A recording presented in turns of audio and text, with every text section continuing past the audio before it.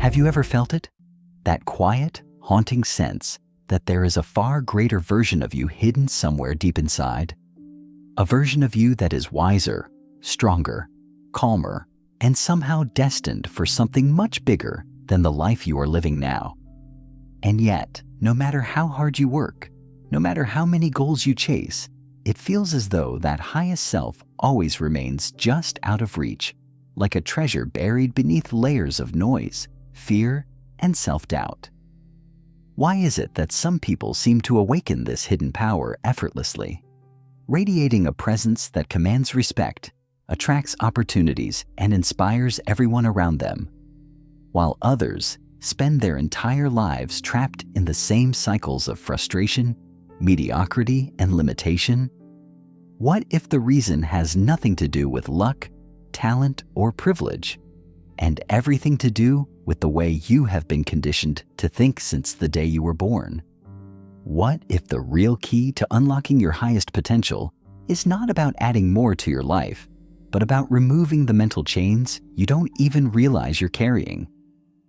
For over 2,000 years, the wisdom of Buddhism has quietly guarded these secrets, ancient truths that can shatter those chains and free the limitless self that's been waiting for you all along. And in this journey we're about to take together, you will discover exactly how to awaken that self, step into your highest power, and finally live the life you were always meant to live. Lesson 1. Silence your inner noise in a world that never stops talking. In today's world, the loudest voice often wins, but here's the truth. Your greatest potential is not found in shouting louder than everyone else, but in mastering the quiet within yourself. We live in an age of constant notifications, relentless opinions, and a digital world that never sleeps. Your phone pings, your mind races, and your thoughts jump from one worry to the next before you even take your first sip of coffee. This constant flood of noise tricks you into believing that you must keep moving, keep doing, keep reacting, or you'll fall behind. But Buddhism teaches something radically different. Your real power begins the moment you stop. Stillness in Buddhist practice is not laziness, it's the gateway to clarity. Imagine your mind as a deep lake. When storms rage across the surface, the water becomes clouded and chaotic, hiding what lies beneath. But when the surface is calm, the depths are revealed and every reflection becomes sharp and true. Inner stillness is the skill of calming your mental storms so you can see reality without distortion. Through mindfulness and meditation, you learn to step back from the noise, to watch your thoughts instead of becoming lost in them. In that space, you find a power most people in today's world never experience: the power to pause before reacting, to listen without defensiveness, and to respond with precision instead of impulse. And here's the secret. When your mind is still, it doesn't shrink, it sharpens. Creativity flows freely, problem-solving becomes effortless, and your decisions carry a quiet confidence that others can feel.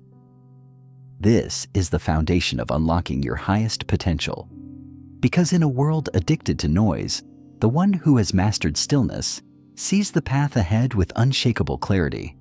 And that, more than anything else, is what separates those who drift aimlessly from those who rise to mastery. Lesson 2. Let go to rise higher. Most people today are drowning, not because they can't swim, but because they refuse to release what's pulling them under. We live in an age where control is worshipped, where we're taught that if we just plan harder, work longer, and micromanage every detail, life will finally bend to our will. But reality doesn't work that way. The truth is, control is one of the greatest illusions of the modern world. Think about how much of your anxiety, frustration, and exhaustion comes from trying to force life into a shape that it refuses to take. You want people to act the way you expect. You want situations to unfold exactly on your timeline. You want success to arrive in the exact package you imagined. But life doesn't take orders. It moves according to its own rhythm. And here's the painful irony. The tighter you grip, the more you lose. In Buddhism, this is called tanha, craving or clinging, and it is the root of suffering. Picture this. You're holding a rope so tightly that it's burning your hands. Every instinct tells you to grip harder so it doesn't slip away. But in doing so, you only deepen the pain. Letting go feels terrifying at first because it means surrendering your illusion of control. Yet, when you finally open your hands, the burning stops. You can breathe. You can see clearly again. And most importantly, you create space for something better to arrive. Letting go is not weakness, it's wisdom.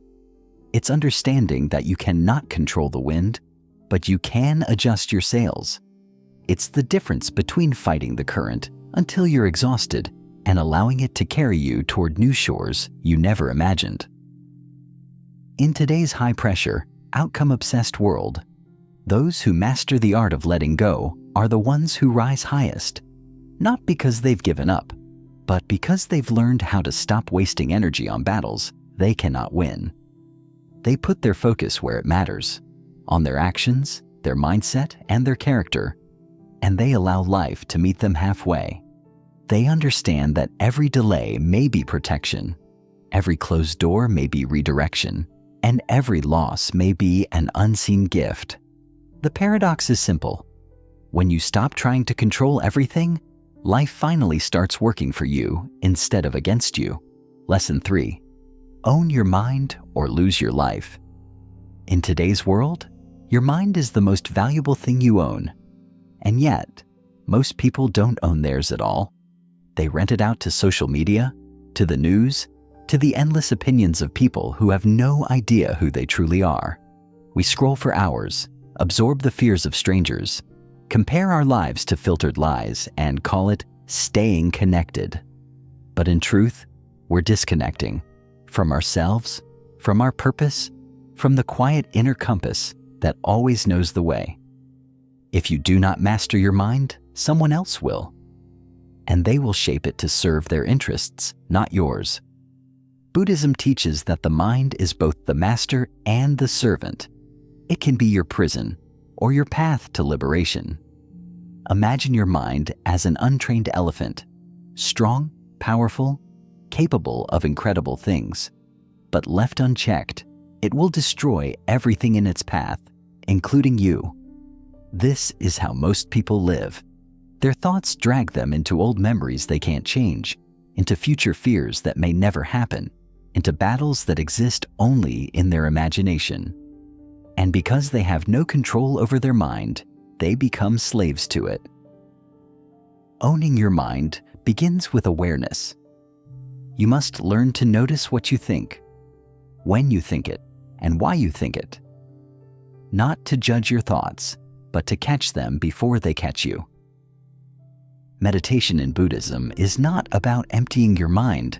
It's about becoming the observer of your mind. It's the practice of sitting still long enough to see the patterns that run your life, the triggers that set you off, the fears that stop you from moving forward, the lies you've been telling yourself for years. Once you see these patterns clearly, you gain the power to change them. In our modern world, the most dangerous thing is not poverty, failure, or rejection. It's a mind that you do not control. Because an uncontrolled mind will sabotage your dreams before you even start. It will tell you you're not ready when the opportunity is right in front of you. It will convince you to give up when you're one step away from breakthrough. It will make you believe that you are smaller than you truly are. But when you take back control of your mind, the opposite happens.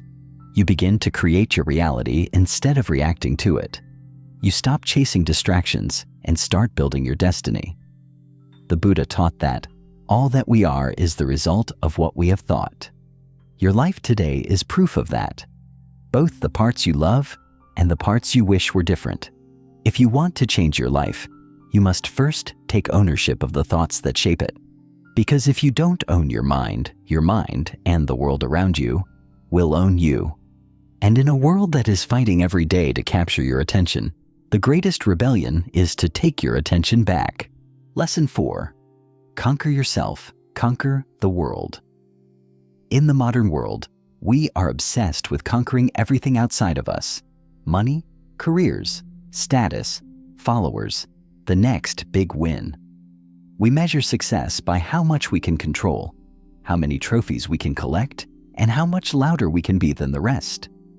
Yet history, philosophy, and Buddhism all point to the same unshakable truth. The greatest victory you will ever win is the victory over yourself. And here's the uncomfortable reality.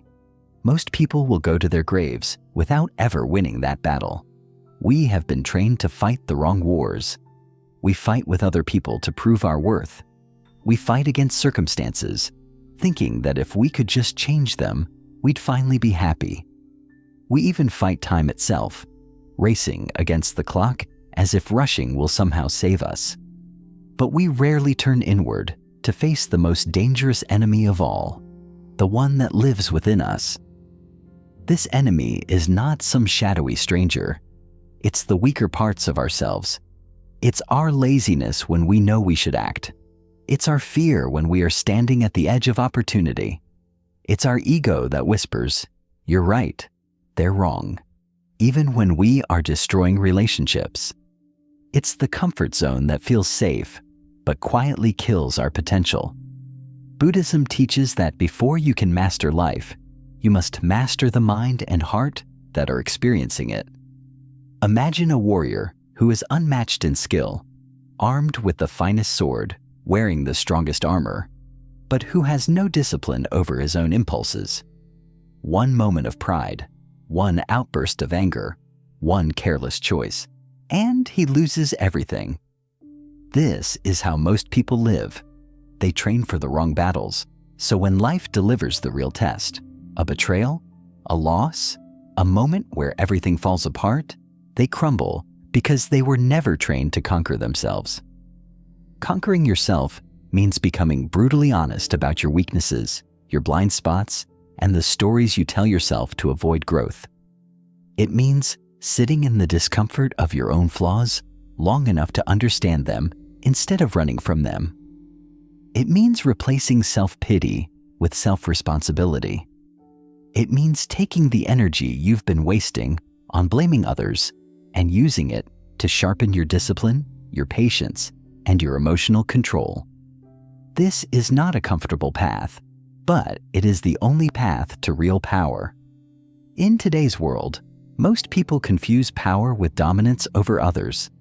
But true power is dominance over your own impulses, your own habits, your own destructive cycles.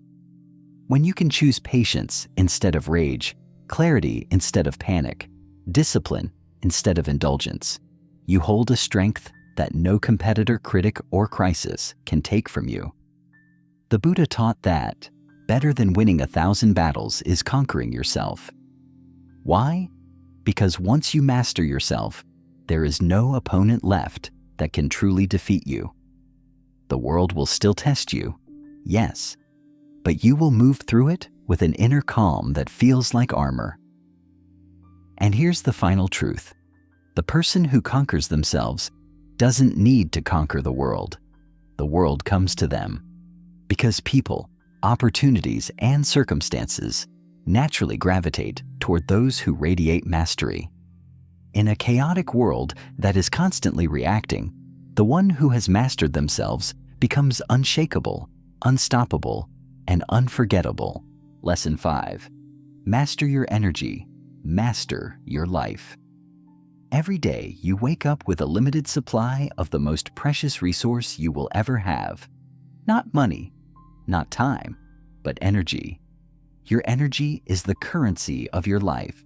Every thought you think, every conversation you have, every problem you dwell on, it all costs energy. Yet in the modern world, most people spend this currency recklessly, scattering it across meaningless distractions, draining relationships, and battles that do not matter. By noon, they are mentally exhausted, emotionally burned out, and spiritually empty. Then they wonder why they can't focus, why they have no motivation, why their dreams feel so far away. The truth is simple. If you cannot master your energy, you will never master your life. Buddhism teaches that your energy flows where your attention goes. The mind is like sunlight. When scattered, it warms nothing, but when focused, it can ignite fire. Look at your daily life. How much of your energy is consumed by replaying old arguments in your head? By scrolling endlessly through news and social media? Comparing yourself to people you've never met? By worrying about problems that don't even exist yet? Every one of these is an invisible leak in your energy bank, and the world is filled with people, systems, and temptations designed to keep you leaking. The cost? Your dreams stay dreams. The key to mastery is intentional energy management. This begins with knowing your energy thieves, those people, habits, and environments that drain you without giving anything back. Some will be obvious. The toxic relationship that leaves you anxious, the job that suffocates your creativity. But many are subtle. The constant multitasking that leaves you mentally fractured, the background noise that keeps your mind restless, the unconscious tension you carry because you haven't dealt with a lingering fear or guilt. Every leak matters because every drop of wasted energy is a drop you could have poured into building your best life. In Buddhist practice, energy is sacred because it is life itself. And the most dangerous thing is not losing all your energy in one dramatic event. It's losing it slowly, quietly, every day without noticing. That is how dreams die. Not with a crash, but with a slow leak. This is why the Buddha taught the discipline of guarding your senses and your attention. It is not about hiding from the world. It's about protecting the most powerful tool you have to shape your world. Now here's the part most people miss. Mastering your energy is not just about avoiding what drains you. It's about actively cultivating what fuels you. Meditation, meaningful conversations, time in nature, creative work that lights up your soul, these are not luxuries. They are energy generators. So are the small disciplined habits you practice daily, moving your body, nourishing it with good food, sleeping deeply, and beginning your day with intention instead of chaos. Each of these is an investment into your energy account, compounding over time until you are living at a level most people cannot even imagine. When you master your energy, you become magnetic. People will feel your presence before you speak. Opportunities will seem to find you without you chasing them. You will stop forcing results and start attracting them.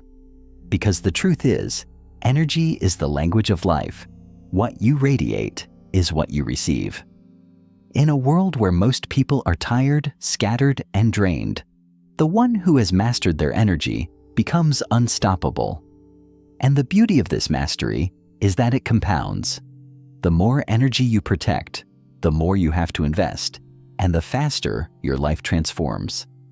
So guard it like gold. Spend it like it matters. Direct it like a laser. Because once you truly understand that your energy is your life, you will never waste it again. Lesson 6. Silence is your superpower. We live in a world addicted to noise. Not just the noise of traffic, social media, and constant notifications, but the noise of endless opinions, rushed decisions, and restless thinking that never stops. People speak just to fill the air, post just to be seen, react instantly to every trigger, without ever pausing to ask themselves, is this worth my energy? Does this bring me closer to the life I want? And in this storm of noise, true power belongs to the one who can remain silent. Silence is not emptiness. It is presence. It is control. It is mastery. And in Buddhism, it is one of the most sacred gateways to awakening your highest potential. Think about the strongest people you've ever met. They are rarely the loudest in the room. They don't rush to prove themselves. They don't waste words defending every opinion. They don't panic when the world tries to shake them. Why? Because they have discovered the truth. When you are silent, you are listening, not to the world, but to the deeper intelligence within you. Silence gives you time to process, to see the bigger picture, to understand not just what is happening, but why it is happening. It transforms your reactions from impulsive to intentional. And in today's hyper-reactive world, that is a superpower. Silence is also a shield. Every time you speak without thinking, you give away a piece of yourself, your plans, your emotions, your weaknesses. You hand people the tools to influence you, judge you, even sabotage you. But when you hold your silence, you keep your inner world yours. You decide when and how to reveal it. This is why the masters speak less, but say more, because their words carry the weight of thought, clarity, and conviction. In Buddhism, silence is not just the absence of speech, it's the stilling of the mind's constant chatter. Imagine your thoughts as ripples on water. The more you stir it with overthinking, the cloudier it becomes. But when you become still, the water clears and truth rises to the surface. This is why monks retreat into silence for days, weeks, even months, not to escape the world, but to sharpen their understanding of it. And this is why you, in the chaos of modern life, must learn to carve out your own spaces of silence, not just to rest, but to think, not just to recharge, but to lead your life from a place of wisdom instead of reaction. Silence is also a weapon. When others expect you to react with anger, your silence disarms them. When they try to pull you into drama, your silence denies them the fuel. When life tests your patience, your silence allows you to respond from strength instead of weakness. This is how silence turns you into a strategist instead of a victim, because while others are wasting energy and noise, you are saving yours for decisive action. The irony is that silence speaks louder than words. It tells people you are not desperate to be understood, that your peace cannot be shaken, that you have a deeper confidence than the need for constant validation. It creates an air of mystery, making people lean in instead of tune out. In a world where everyone is screaming for attention, silence makes you unforgettable. But here's the real secret. Silence is not just for the outside world, it's for you. It is the space where your best ideas are born, where your deepest wounds begin to heal, where your truest self emerges without the distortion of noise. It's in silence that you realize how little of life is worth the chaos we create over it. It's in silence that you understand that most battles are won not by fighting harder, but by knowing which battles not to fight at all. So start practicing this superpower. Step back before you speak. Pause before you react. Create pockets of quiet in your day where your mind can breathe. Protect your silence like a sacred space, because in that space lives the wisdom that will guide you to your highest potential. In a world where noise is everywhere, silence is rebellion. And the one who masters silence masters themselves, and the world will not be able to ignore them. Lesson 7. Let go or be dragged. Almost all human suffering comes from one thing: clinging. We cling to people who have already let go of us. We cling to situations that no longer serve us. We cling to identities we have outgrown, to plans that are no longer right for us, to the way things should have been instead of the way they truly are.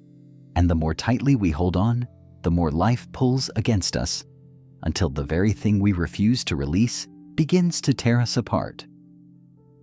In the modern world, this clinging is disguised as loyalty, as persistence, even as love. But in truth, it is fear. Fear of loss. Fear of change. Fear that if we let go, we will have nothing left. But Buddhism teaches the opposite. When you release what is no longer meant for you, you make space for what is. The Buddha compared life to holding a rope. If someone pulls that rope and you refuse to let go, it will burn your hands, cut your skin, and leave scars that last for years. Yet still, many of us grip harder, convinced that if we just hold on long enough, the pain will turn into comfort, the chaos will turn into peace. But it never does. Because clinging is the enemy of peace. It is the anchor that keeps you from moving forward, the chain that binds you to the past, the prison you build for yourself, one fearful thought at a time. Think of how much of your energy is tied up in things that are already gone. The friendship that turned toxic years ago, yet you keep replaying old conversations in your mind. The career path you once dreamed of, that now feels like a cage, but you stay because it's what I've always done. The relationship that drained you more than it filled you, but you hold on because you fear starting over. Each of these is like carrying a heavy rock in your backpack, and the heavier your load, the slower you move, the less distance you can travel, the more your body aches. And yet, because the weight is familiar, you mistake it for safety. Buddhism teaches impermanence, that everything changes and nothing can be held forever. But instead of flowing with this truth, most people fight it. We want life to change only when we are ready, and in exactly the way we choose. But life doesn't work that way. It will tear things from your hands when you refuse to release them, and the tearing will hurt far more than the letting go ever would have.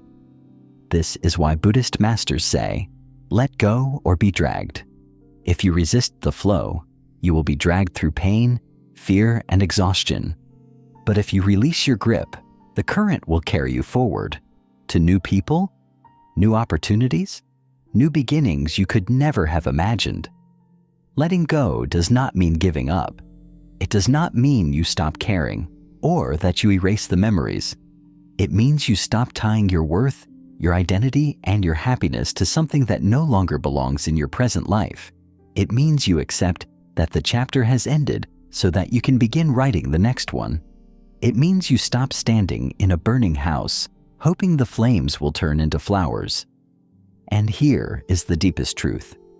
The things you cling to the hardest are often the very things holding you back from your highest potential. That fear you refuse to face, it's keeping you small. That relationship you're afraid to lose, it's keeping you from finding someone who truly aligns with you. That old dream you can't release, it's blocking you from seeing the bigger one waiting for you. When you let go, you are not losing. You are exchanging what was for what can be. In meditation, monks practice letting go every single moment. They let go of thoughts as they arise, of emotions as they pass, of identities as they shift. They understand that life is not about gripping, it's about flowing. And this is the secret to true peace, to hold everything lightly, to cherish it while it's here, and to release it when it's gone. Because when your hands are open, they are ready to receive. So look at your life right now. What are you holding on to that is already gone? What rope is burning your hands? What weight is breaking your back? And more importantly, what could rush into your life the moment you finally release it? Let go, and you will find that you were never losing. You were making space for your destiny. Lesson 8. Win the war. Within every human being is fighting a war, but not the kind you see on the news or read in history books. This war is invisible. It's not fought with weapons. It's fought with thoughts. It's not waged on battlefields. It's waged in the silent corridors of your own mind. And the enemy is not your boss, your family, your critics, or the people who doubt you. The enemy lives inside you. It is your self-doubt, your fear, your impatience, your anger, your endless craving for more. It's the voice that tells you you're not ready, not good enough, that you should give up, that you should compare yourself to everyone else. This war never stops. Not when you sleep, not when you laugh, not even when you think you're at peace. And until you win this war, you will always be fighting the wrong battles. Buddhism teaches that the mind is both your greatest friend and your worst enemy. If you train it, it will carry you through any storm. If you neglect it, it will sabotage you when you least expect it. Most people think their suffering comes from the outside world, bad luck, unfair situations, people who hurt them. But the truth is, the world can only hurt you if your mind agrees to it. What destroys you is not what happens to you, but the meaning your mind attaches to it. You don't get crushed by events. You get crushed by your interpretation of them. This is why two people can live through the same experience. One emerges stronger, wiser, and unshakable, while the other collapses into bitterness and despair. The difference is not in what they went through. It's in how they mastered the war within. In today's world, the war within is fiercer than ever. Distractions are everywhere, designed to pull your mind away from what truly matters. Technology bombards you with comparisons, convincing you that you're always behind. Consumer culture feeds your cravings until you no longer know what enough feels like. And worst of all, society rewards the restless mind, praising constant hustle, endless posting, and the appearance of success over inner peace. In this chaos, your mind becomes a battlefield where every thought is a soldier, either fighting for you or against you. The tragedy: most people hand the enemy their weapons. They feed their fear with worst-case scenarios. They strengthen their self-doubt with comparisons. They rehearse their failures more than their victories. Without even knowing it, they become their own captors. Winning the war within requires three things: awareness, discipline, and alignment. Awareness means you start watching your thoughts like a guard at the gate. You question every belief. Is this mine? Or was it planted by someone else? Is this thought helping me or hurting me? Discipline means you train your mind every single day through meditation, mindfulness, and intentional living so that it obeys you instead of dragging you into places you don't want to go. Alignment means your thoughts, words, and actions point in the same direction, toward your highest self.